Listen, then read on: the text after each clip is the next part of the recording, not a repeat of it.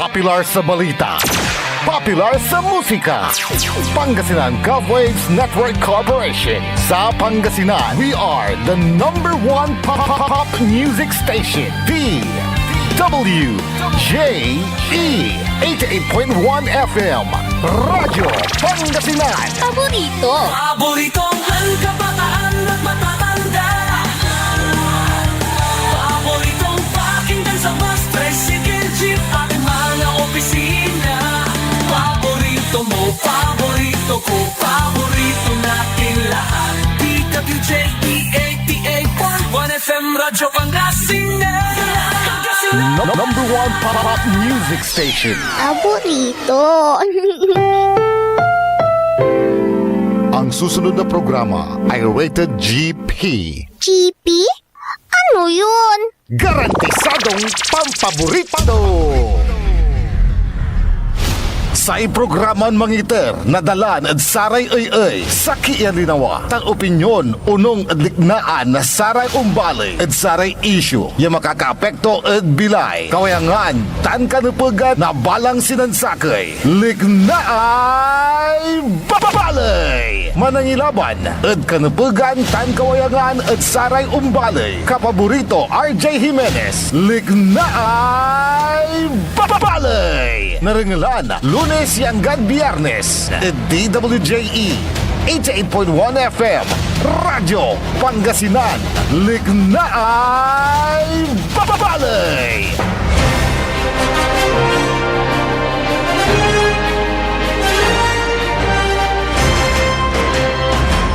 Good morning, good morning, good morning. Alas 8:05 at Kabuasan. Sumpalan yun nangalan sa programan Early in the Morning dan kapaborito Early Navarro. Pajamutla sa programan Liknaay Balay.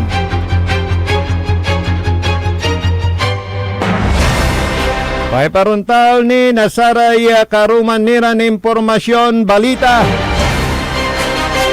Kana siyempre saray peteg-peteg dan matuan Liknaay Balay. Siyempre dyan aspeto technical si Engineer Nexon Dakal. Kalop kanta bayo balot sa amigo yo RJ Beray Jimenez at your service always.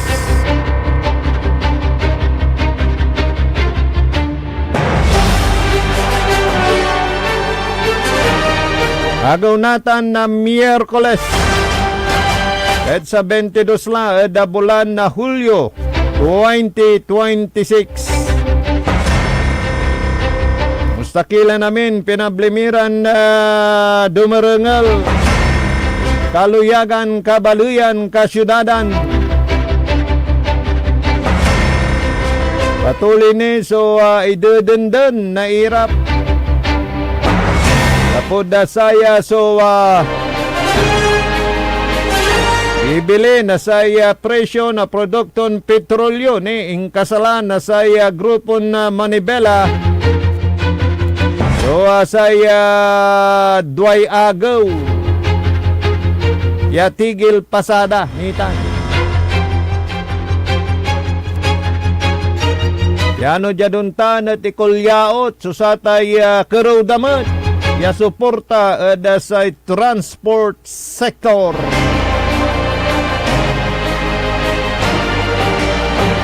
Saya kuanan representative ridon hindi natibag si Director Matibag nita matibay. Da saya patuloy nagagawa ng impeachment trial tan da saya Senado. Ang patuloy da saya naagaw. So pangisa lang ni da saya Senado bilang sakay da saray testigo, sakay da saray tupetan, da saya witnesstan. Si NBI Director Matibag.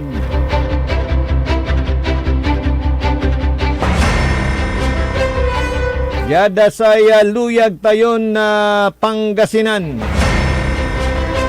Papalatan nasaray kabyangan na kapulisan, tanasaray walad sektor, ahensya na edukasyon, susay seguridad, nasaray nanduruman eskwelaan, dasay luyag tayon na Pangasinan.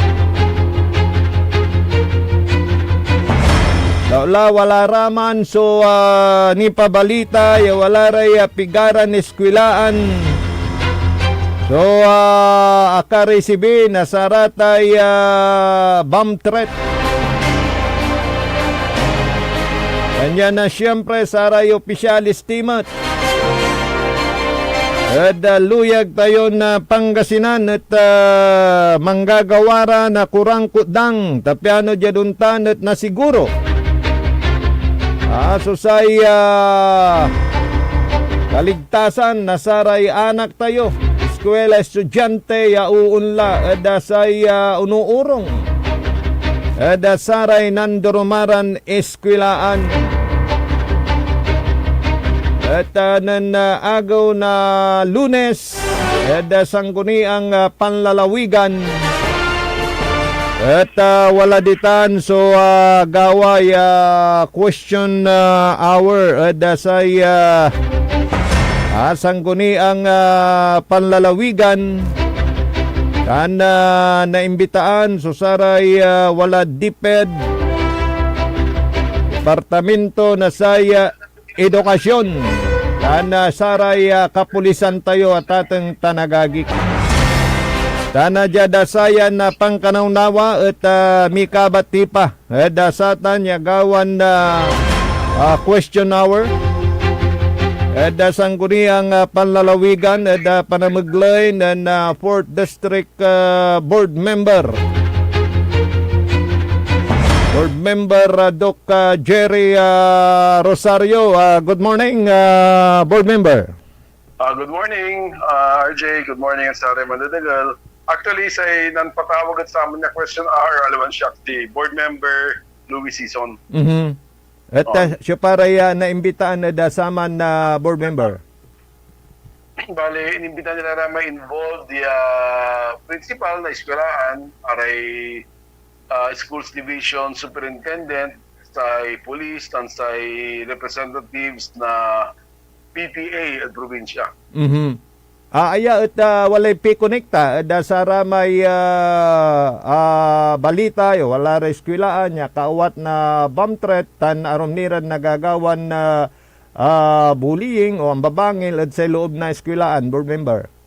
Actually, may patawag aliwan sa may bomb threat yagawa. May patawag na question hour kasi wala ra may insidente. Ya wala ray abugbog ya estudyante dyan sa kaya lugar, di man sa kaya balay dyan probinsya rayo. Araraman na 12 years old that involved ray BBE. Ay, nako. So nang nalaban, wala sa kaya binugbog na. Kanyan medyo abahala ina di board member season, kanyan ang patawag ina question hour kasi baka aliwalabat ya isolated incident. Paano dakala problema ya talaga naarapan na atay ariskulahan tayo. Yes, at antomat so nagmaliw ya question or gawon iran na measures board member dasayan na insidente. Paano agla na ulit? Sa kini, siyempre, araramay medyo akaamot ya pasnok na aray ugugaw.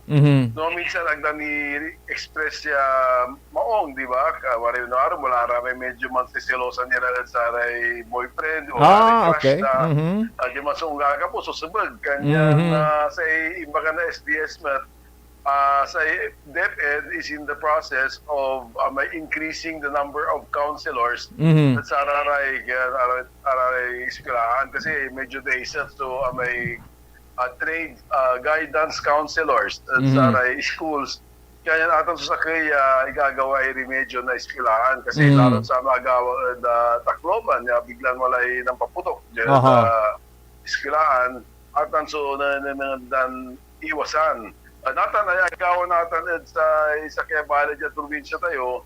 Sa kimot pansin tayo, baka may bilyaran, ara may places of entertainment, masyado na single at eskwelahan. Okay. Pero wala ra may existing la, lay, regulation, ordinances, ya walay certain distance na tay bilyaran, na videoke, eskwelahan. Kaya siguro balbalag so dapat yung participation na LGU tan saray barangay tapen na check irarata no arawira diskwilahan o no singalira dapat ang ginapayagan. Oo, so amin ya nayari na walay pikonekta factors na satay nayari na pakaderal na konsentrasyon na saya sa kaya estudyante aratan sunupag imanoon tan na tutukan aliwalabat ya kapokus sa kaya rason na board member singontan. On dugatan kasi talagang natan kasi sa panahon medyo takilya bagay nangyari na distract na nandid focus yung estudyante kanya nararata sunod na DepEd sakita naray panusar na gadget especially during school hours dapat wala what's say nato na so this is school year sa antang wala lay order na DepEd ya bawal na sumanusar na gadget during school hours. Okay. So, no, na-implement na. yes, so, asay nantantimat at watanmat, so say presensya na saray kabyangan na PTA board member, ayat saray atatang guardians, saray estudyante, ito kwandamat ay board member ay. Ang talagang they acknowledge yan talagang magbalag so role na abong aray magulang. Yes. Ibabalag na aray ugugaw. Kanya sa posisyon na may kakasakira, yan no, ang tinagaway PTA, tan aray barangay, dapat pantutungtungan, tapos makagawa tayo yung measures ya amin involved kasi sa panag-aaral at disiplina. No, dado ko lang kasi wala pala na bungso involved pati silaan sa barangay kasi sige lalo saya may agawan insidente actually outside the school naman kanya indirectly alolan directly covered na sa administration pero syempre estudyante raratan kanyan talaga na aga elkal ya tungtungan mo at tiputan iray mamaistratan sa administration na eskwelahan. Yes, adsatan niya gawa mo question hour at watan mo so presensya na saray walad kapulisan tayo board member. Antumat so saya suggestion da. Yes, police report in submit na Manad Balay. So sa may saya pamalatnab na seguridad antikwanda mo da satan na board member. Oh no, actually say talagang problema tan kasi that karakter ni eskwelahan agkaya mo na kapulisan ya bantayan ni amin. Ang gaano labaytan gawon na kaya resources, logistics na police station. Ganyan talagang balbalag sa role na aray barangay council, barangay tanod at sa pan-maintain na peace and order sa aray schools. Oo. So jada sayan na agaway impan na tepat ada saray concern ira na hinsya na gobyerno anto ya singa nagmaliw ya konklusyon ada saya board member. O naman natin dapat dakilan so guidance counselors available at saray ugugaw. Wala may numero ya dapat wala ideally ang arawitini at saman. Sa ikumado amalan di may dapat na mobilize so barangay, aray barangay tanod, ya may mangiba yaman bantay na aray eskwelahan sa aray estudyante. At siyempre, dapat aray nandurumarang lugar, i-review da kasi nanduruma may distance from the schools, ya regulation or ordinance, kanya-kanyan balay.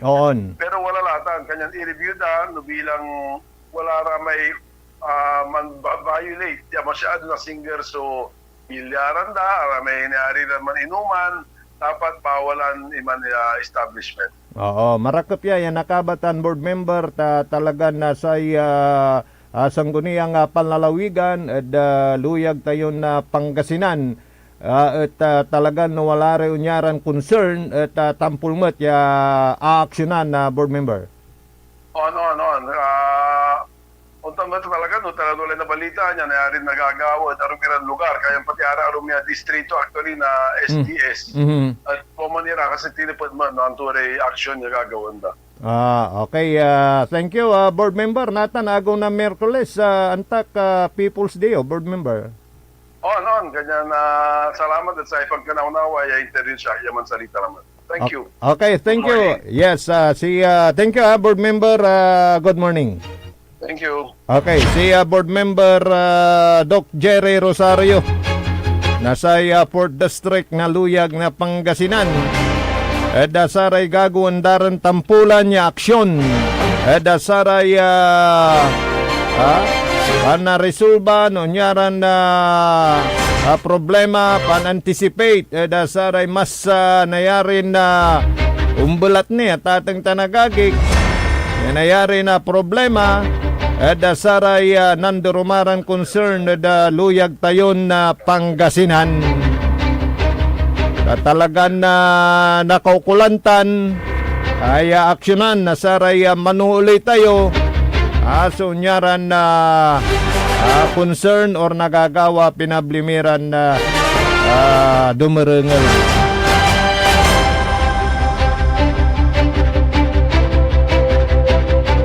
Good morning, da si Insan Philip Tignot, tan si Insan Ray, Makmaksel, so radyo yutan, da Barangay Kanawalan. Aliwa, Barangay Caloocan Norte, si Jima na Barangay Kanawalan. Ditanad Balay na Binmali, Ditanad Malingas Public Market, good morning. Saray dumarangal tayo, good morning. Dana siyempre Ditanad Balay na Kalasyaw, Ditanad Barangay Lungos, Dinalawan, Ambutal. Dana Ditanad San Miguel, Barangay Bud. Paring Alex Tulaw, good morning. Ditanad Santa Barbara. Tony family Ditanad Barangay Nilumbut. Ana siyempre aray tagad Baritaw at Manawag, Pangasinan, good morning.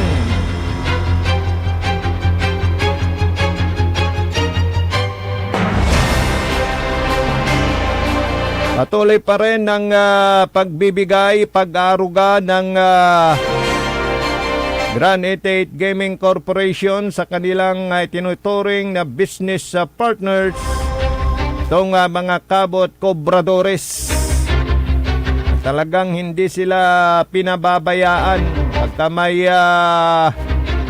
tulong na pwedeng ibigay kung may nag-birthday, mayroong cake, mayroong pang-cash.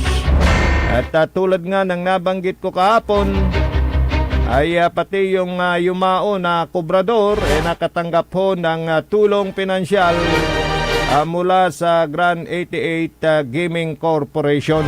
Kaya nga pag napapakinggan yung kanilang jingle, ito yung larong may puso. Larong may puso dahil tumutulong sa mamamayan sa pamagitan ng kanilang Grand 88 Cares. Yung inyo pong pagtangkilik sa legal na palaro ng Small Town Lottery,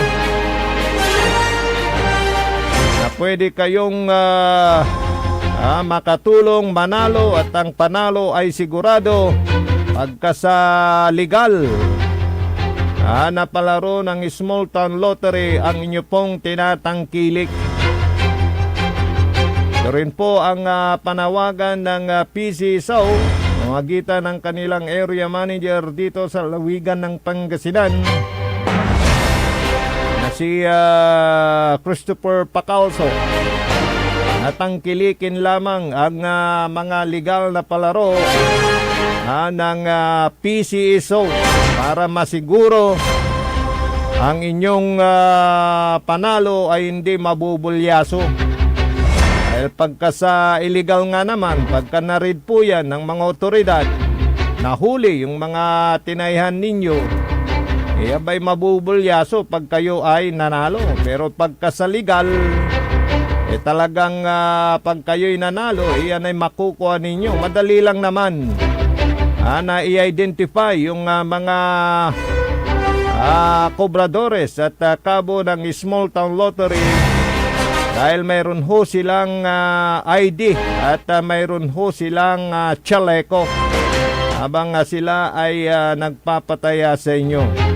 Kaya nga bilin at panawagan ng PCSO ay tangkilikin lamang ang mga legal na palaro ng PCSO At sa Small Town Lottery dito sa Lalawigan ng Pangasinan, ang tanging may prangkisa ay ang Grand 88 Gaming Corporation sa buong lalawigan ng Pangasinan except Dagupan City.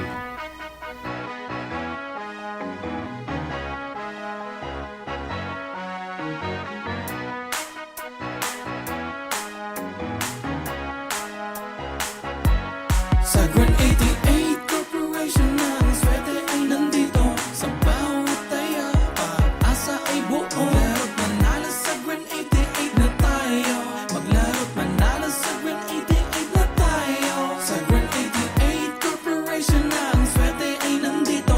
Kasama ang PCS o larong may puso. Manalo sa Grand 88 na tayo. Maglaro't manalo sa Grand 88 na tayo. Sa Grand 88, swerte laging nakaabang. Larong may puso, saya'y walang hangganan. Kasama ang PCSO sa bawat hakbang. Di umuung sa pagtulong sa bayan at tahanan. Kada bet ang tagumpay ay abot kamay. Big time na pa-premyo hatid sa bawat buhay. Ang pangarap abutin sa kada laro. Dito sa Grand 88, panali sigurado. Sa Grand 88 Corporation ng swerte ay nandito. Sa bawat taya, pag-asa ay buo. Maglaro't manalo sa Grand 88 na tayo.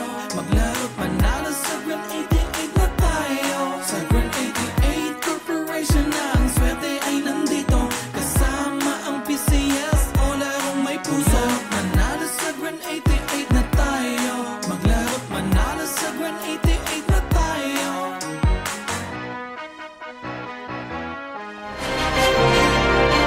Good morning, Saray Dumarangal Titan, New York.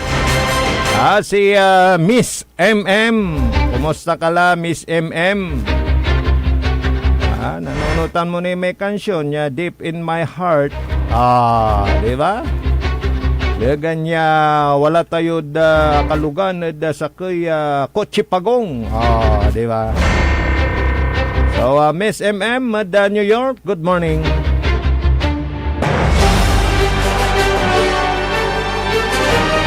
Hanggang pulay malami oras sa dasaya na programa. Sublayla sa programan PEM, paninilbiyang agresibot matapat sa bayan ng Binmalay, PAM sa Binmalay. Bayan muna bago sarili. Umpawila kasumpala na pigaran makanan paimano. Jadaspeto Technical Engineer Nexon Dakal. Jalabat DWGE 88.1 FM Radyo Pangasinan Paborito. Sa iprograman mangiter, nadalan at saray ay